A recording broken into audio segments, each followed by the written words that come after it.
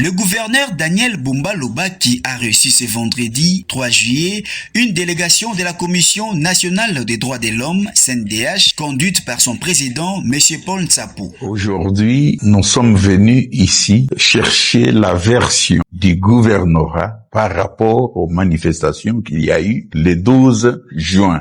Parce que nous avons rencontré aussi bien les organisateurs de ces sit-ins et des manifestations qui ont clairsemé le terrain où il y a eu des incidents le 12 juin. Ainsi que l'a souligné le président de cette structure des droits de l'homme, il était question d'une mission d'enquête instituée depuis le 15 juin pour préparer la publication d'un rapport indépendant sur la manifestation de l'opposition du 12 juin 2026. Dans son intervention, le gouverneur de la ville de Kinshasa a indiqué que son autorité se base constamment à la démocratie, au droit de manifester ainsi qu'au respect de la loi.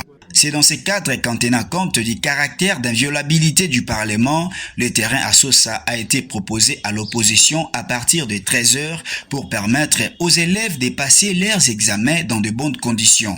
Malheureusement, l'opposition a fait basculer la manifestation dans la provocation suivie de la diffusion de toutes sortes d'informations faisant état l'apologie de la violence. Le gouverneur a profité de l'occasion pour transmettre aux experts de la CNDH sa désapprobation au regard de cette situation. À la suite de leurs échanges, Paul Ntsapou a déclaré avoir rencontré un homme démocrate et ouvert au débat.